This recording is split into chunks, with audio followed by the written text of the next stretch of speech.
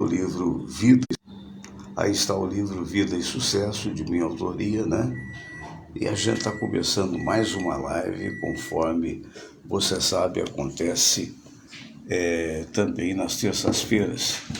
Na terça-feira, da maneira mais simples possível, a gente faz aqui uma conversa a respeito da palavra amiga, Não é conselho, na verdade é opinião.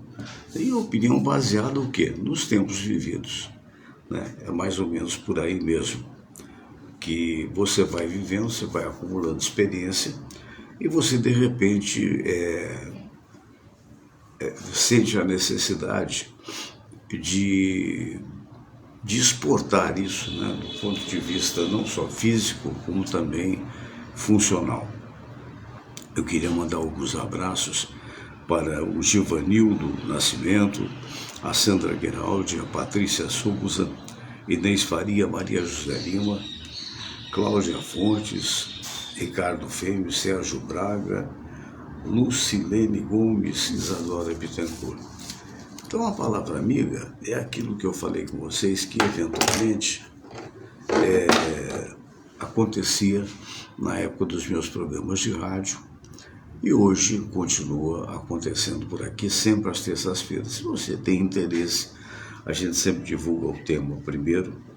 Aí você pode dizer, Fernando, o que fala o livro o Vida e Sucesso? Na verdade, traz informações a respeito de perguntas dos ouvintes. É mais ou menos isso a respeito da vida, né? E eu me lembro de uma pergunta de um ouvinte que, Fernando, o que você acha? Qual é a diferença da oração para a prece, né? Olha, pelo menos é aquilo que eu penso, não sei se você há de concordar, a oração vem do verbo orar, que é oralidade, ou seja, falar, né? Quando você fala alto, você está orando, e você, evidentemente, na maioria das vezes, no caso da oração, existem orações já definidas, bonitas e tal, nos mais diversos segmentos religiosos. No caso da prece, você, por sua vez, é uma coisa mais íntima, penso, né? Você não tem necessidade da oralidade, de falar, mas você pode fazer a prece também de várias maneiras, aquelas já definidas e aquelas que eventualmente você vai pensar, né? Tem uma frase muito bonita que eu acho muito interessante, que diz assim, vamos falar com Deus? Então, basicamente é isso. Do ponto de vista espírita, que é o meu caso, a gente fala com os espíritos superiores, né, que são os representantes de Deus na Terra, né? O que para muitos, no caso aí da Igreja Católica até, e também, por que não dizer, dos evangélicos, o que muitos chamam de o Espírito Santo, nós chamamos de os Espíritos Santos de Deus, sabendo que o Criador está acima de todos nós e por isso mesmo, evidentemente, nos dá a probabilidade não só da prece quanto da oralidade. Um alô para o Zé Rodrigues, para Alberto Biloca, para a Glória Brito, nossa querida amiga Neuza Tomás e a Ritinha Mota. Muito bem, Luiz Henrique Oliveira, na escuta também. Então, por que eu divulguei logo na abertura esse livro? Porque esse livro, muita gente me pergunta, porque afinal de contas, como é que se adquire esse livro? Você pode adquiri-lo pelo Mercado Livre, você busca lá em Fernando Sérgio, e o título é Vida e Sucesso. Ou você pode adquiri-lo também lá em Portugal, através FENAC PT, FMAC-PT. Então, evidentemente, isso não tem a ver com política, não é sigla de partido político, é de Portugal mesmo. Já vendemos milhares de livros e eles trazem informações muito interessantes, né? Perguntas interessantes. Por exemplo, tem uma aqui que uma espectadora que fez na época da televisão, o cara Fernando Sérgio, o que você acha do celibato? É uma questão de ponto de vista pessoal, né? O cara quer ser celibatário, ou seja, eu acho que isso, na verdade, no meu entendimento, é realmente pessoal. Eu jamais seria celibatário, mas admito quem seja. Agora é aquela história. A obrigatoriedade é complicado, nós não temos dogmas, absolutamente não temos dogmas. Porque o dogma, ele impõe uma vontade que é de terceiros e não é tua, a não ser que você aceite essa vontade. Tem pergunta, por exemplo, o pastor da minha igreja diz que a reencarnação não existe. Ele está certo? Não, ele está errado, mas não chegou ainda a idade dele de perceber essa realidade. Aí existem aqueles que dizem que a reencarnação não está na Bíblia, pelo contrário, está sim, quando aquele cidadão perguntou a Jesus o que fazer para entrar no reino dos céus. E Jesus respondeu, em verdade, vos digo que, se não nascerdes de novo, não verás o reino dos céus. Ou seja, de uma forma absolutamente objetiva. Então, as religiões que, no início, lá dos primórdios, acreditavam na reencarnação, elas depois modificaram, lá na época do Constantino, imperador Constantino, porque a mulher dele disse que não era uma mulher muito complicada, muito, segundo a crônica da época, má mesmo, né? Devassa e tal. E ela disse, eu não quero voltar como uma empregada, eu sou uma imperatriz. Então tirou um monte de livros que foram considerados apócrifos. O que é um livro apócrifo? É um livro que, na verdade, já não deveria pertencer àquilo que interessa. Então, por isso que muita gente não percebe esta realidade. Um alô para o Ricardo Pereira Bonifácio, muito obrigado pela audiência, Ricardo. E também um alô para o José Rodrigues, né? Um alô para o Pedro Wilson, aliás, o Fábio Wilson, porque também não, Fafê Josafá Maxwell Santos. Então, dentro desse raciocínio dessa nossa ouvinte que perguntou a respeito de prece e de oração, então a oração é mais exterior, a meu ver, né? Ambas podem, do ponto de vista pessoal, pensar, pô, mas espera aí, o assunto é o mesmo. Pode ser, porque você pode fazer uma prece, com uma prece, por exemplo, ensinada por Jesus, que é o caso do Pai Nosso, né? Você pode fazer mentalmente, né? Ou você pode fazer oralmente. Mas a básica diferente é isso, a oralidade, ela implica, e tem um detalhe, tem uma soma de palavras interessantes, o ora mais ação, ou seja, não basta orar, é preciso ter ação. Outro dia eu estava aqui com a caneca do meu Vasco da Gama aqui, que não anda bem, mas quem sabe dias melhores virão, e pensando mais ou menos o que eu ia falar com relação a essa pergunta da Maria da Glória, com relação à oração e prece, né? E querendo comparar ou mal comparando, vocês devem ter visto, ou algum de vocês deve ter visto, a preleção que é feita, por exemplo, pelos jogadores antes de um jogo de futebol. E às vezes é filmado, então, aquela fala enérgica, né? Não sei o que, nós somos homens, nós vamos entregar nossa vida nos gramados, é assim mesmo. E alguns palavrões juntos, que é para dar uma força de machote, né? Então, mas tem lá a sua utilidade naquele momento. O grande problema, ele não deixa de ser, o grande problema é que aqui tem um pensamento positivo e aqui tem outro pensamento positivo. Então os dois provavelmente com mais ou menos ou com a mesma intensidade. De qualquer maneira, o que vai ser decidido em campo é a tática do jogo, não é isso? Claro que você precisa ter vigor, você precisa entrar nas divididas, você precisa tentar tirar a bola do outro, tudo bem, aquilo é futebol, né? E no futebol, todos deveriam ser, como de fato são, adversários, não inimigos. Estes que estão por aí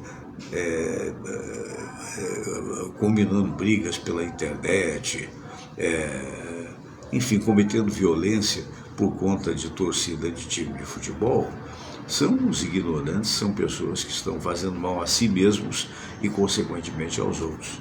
O adversário não, o adversário passou o time de futebol, passou o jogo, eles estão, continuam amigos até onde podem ser amigos. Então por que eu quis dizer isso? Passou um helicóptero aqui perto agora e não há estúdio que resista, até porque eu estou numa cobertura. Muito bem, então o que eu quero dizer para vocês é o seguinte, então a utilidade, notadamente, da prece, ela é mais intimista. E provavelmente eu acho que até menos exposta, é mais sincera, é mais íntima. E há aqueles que dizem assim, eu prefiro a prece da forma que você está falando, da forma espontânea. Olha, meu Deus, eu estou precisando passar no vestibular, ou eu estou precisando realmente que me dê um pouco mais de juízo, ou eu estou precisando um pouco mais de sabedoria. Bonito, é um pedido que você faz. E esse pedido com certeza será recolhido por aquele que nós chamamos de anjo guardião. Alguns chamam de anjo guardião, eu chamo de espírito elevado. Sempre nós temos um que eventualmente nos protege, não é? que nos segue desde a época em que nós decidimos encarnar, na família que encarnamos. Mas como é isso, meu Deus do céu? Então o velho de hoje foi criança de ontem? Por óbvio, não é assim na vida? Não é assim na vida? Então o que eu quero dizer é o seguinte, então a história da oração, ela é importante nesse sentido, nessa dualidade. A prece é algo que sai espontaneamente de ti normalmente, mas nada impede que você faça uma prece calado, usando, por exemplo, o Pai Nosso, ou Ave Maria Católica, ou, por exemplo, a prece de Cáritas, que daqui a pouco a gente vai colocar aqui, que foi maravilhosamente ditada por um espírito de luz para o Chico Xavier há muitos anos atrás. Nada impede. Agora, a oração já é algo, como é que eu diria? Eu acho que até exponencial, ou expositor melhor, não é? Então o padre, quando está na missa e faz aquela oração, ele está se expondo, né? O pastor, quando está diante do culto, faz aquela oração, ele também está se expondo. Ou eu mesmo, quando eventualmente faço uma oração pública, eu fazia isso no rádio muitas vezes, eu estava me expondo, não é? Então aí depende também da sinceridade, depende, porque a prece tem uma possibilidade, talvez, de ser um pouco mais sincera em função do intimismo, não é? Mas as duas têm validade. Eu tenho um amigo psicanalista que é ateu, mas ele diz dentro da psicanálise dele que a prece tem muita utilidade. Por quê?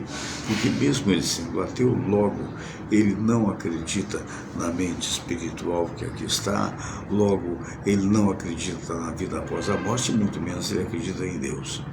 Mas acontece que ele percebe, dentro da cultura dele, ele percebe de que naquele momento que você tem uma fala sentida, não importa chamando de meu Deus, de Buda, do que for, na cabeça dele, você dizendo, eu preciso vencer esse obstáculo, eu preciso vencer essa doença, eu preciso tomar uma atitude na minha vida e tal, você está jogando isso.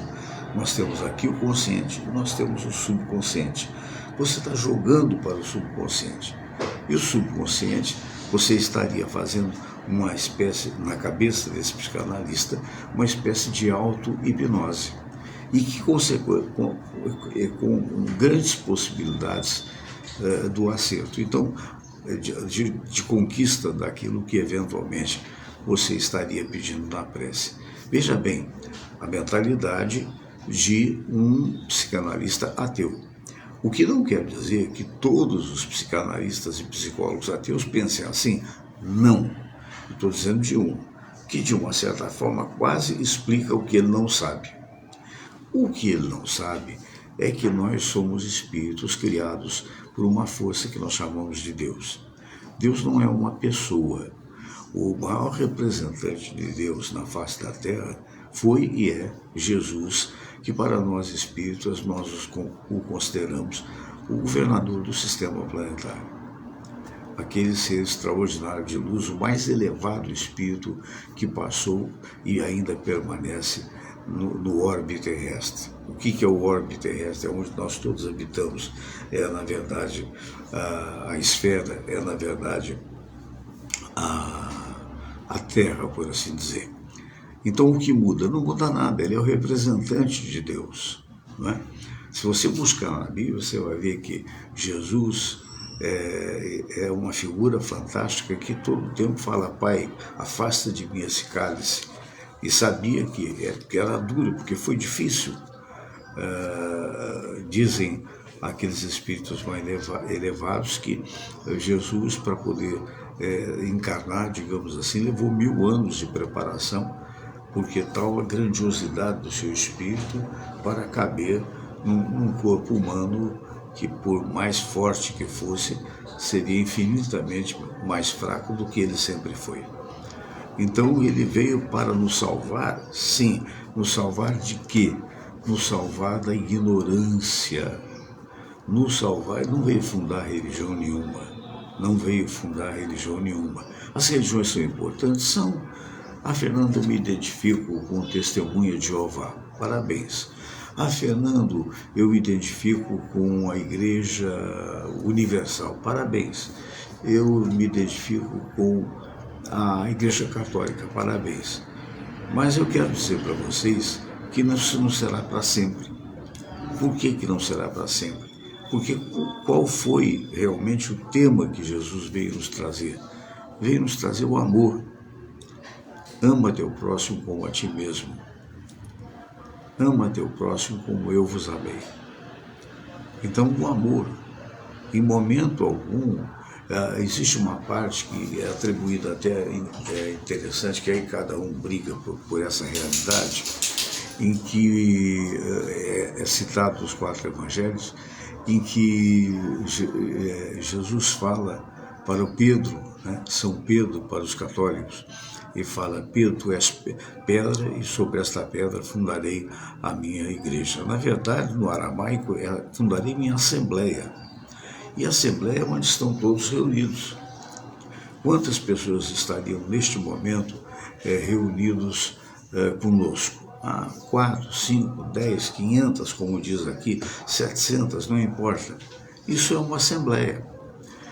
O Adilson Fudier Tatu, sempre gentil comigo. Bom dia, Pelé do Rádio. Estou em São Manuel, interior de São Paulo. Aqui muita chuva. Querido, olha a capa de chuva, olha aí, né?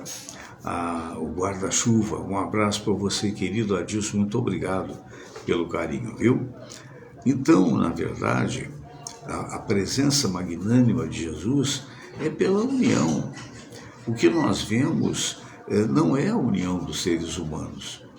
O excesso de religiosidade não trouxe a união, mas trouxe a fragmentação. A fragmentação. Por quê? Está na cara.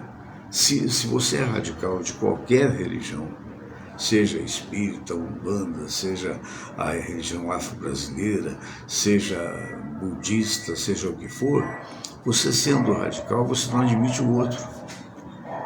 E existem alguns que dizem assim: nós somos o povo de Deus. Imagine que loucura, que bobagem, porque se somos crias do Criador, se nós fomos criados, todos somos o povo de Deus, até os ateus. E a bem da verdade, existe muito ateu, que muitas das vezes é melhor do que muito cristão.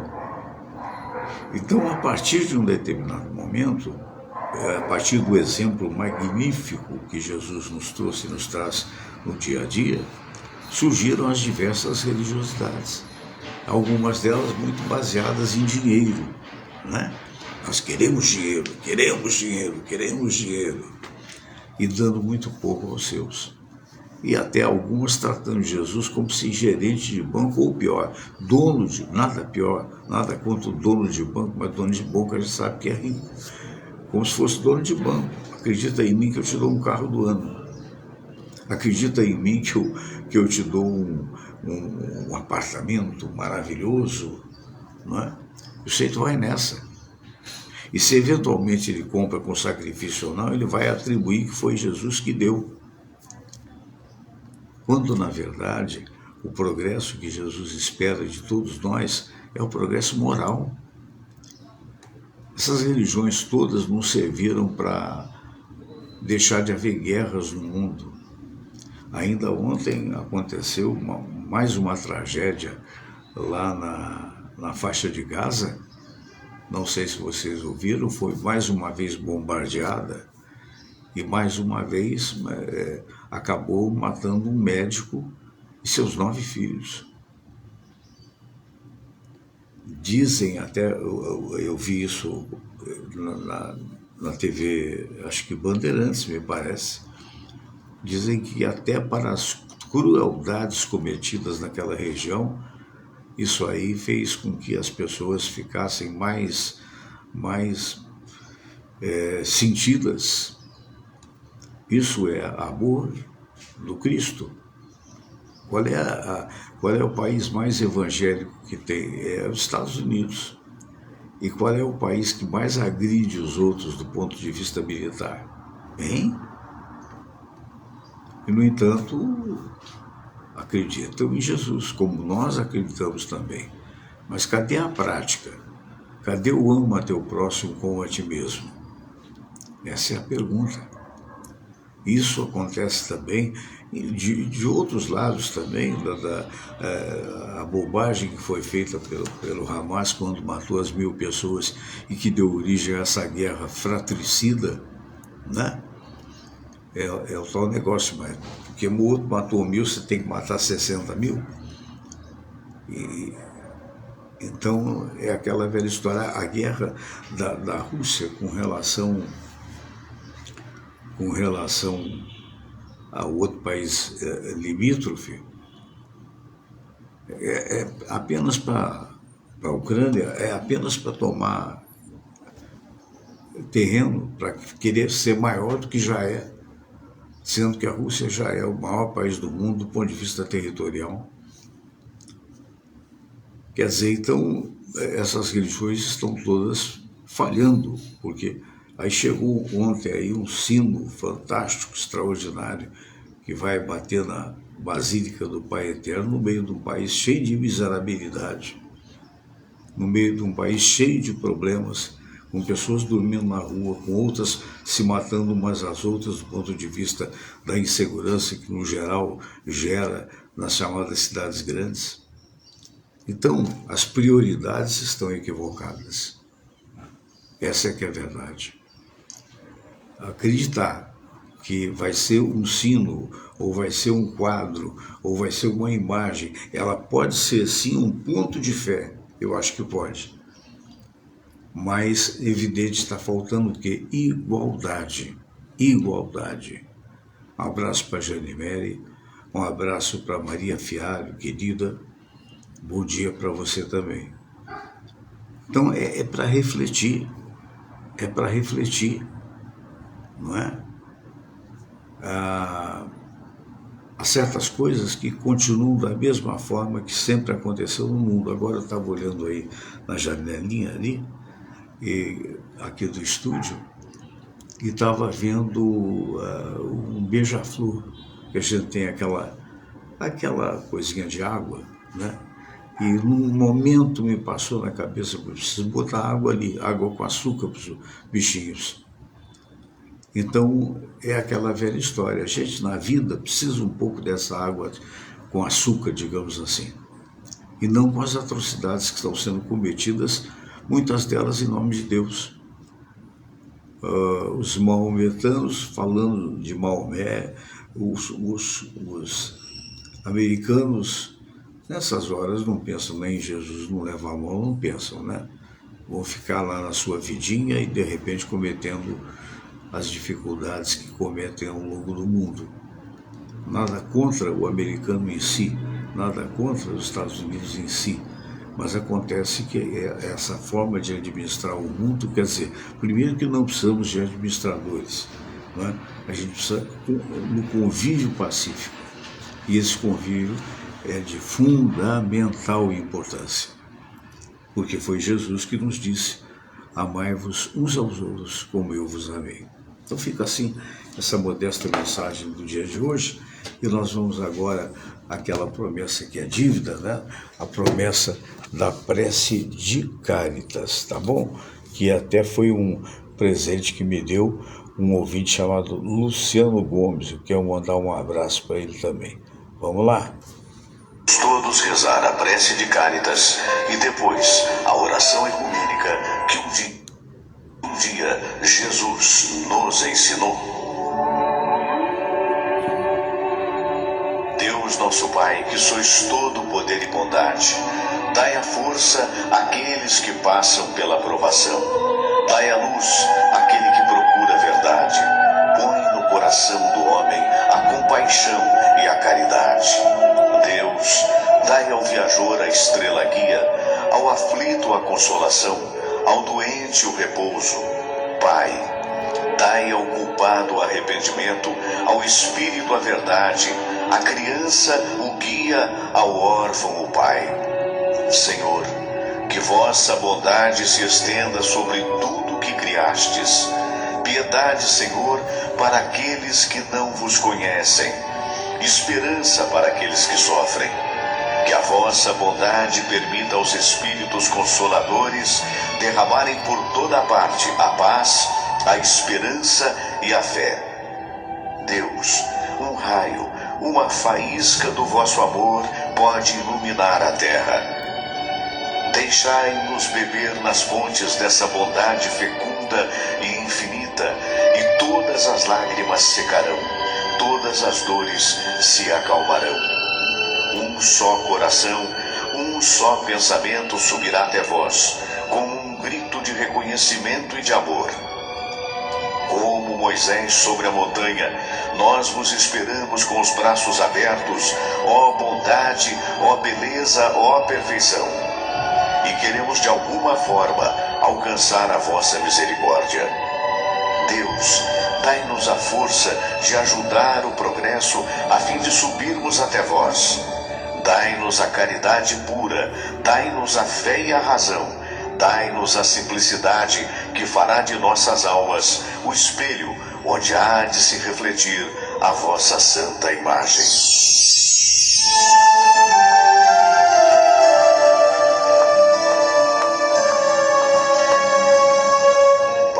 Nosso que estais nos céus, santificado seja o vosso nome. Venha a nós o vosso reino. Seja feita a vossa vontade, assim na terra como no céu. O pão nosso de cada dia nos dai hoje. Perdoai, Senhor, as nossas ofensas, assim como nós perdoamos aqueles que nos ofenderam. E não nos deixeis cair em tentação, mas livrai-nos de todo o mal. Porque teu é o poder, e tua é a glória, por todo sempre. Amém. Pois é, minha gente, então chegamos ao final do programa do dia de hoje, né? E estamos aí, né, mais uma vez com vocês, juntamente, participando aqui do programa. Um grande abraço a todos vocês e até quinta-feira, quando estaremos aqui com o nosso querido amigo, o professor, o grande psicólogo, nosso querido Luiz Aibinder. Forte abraço.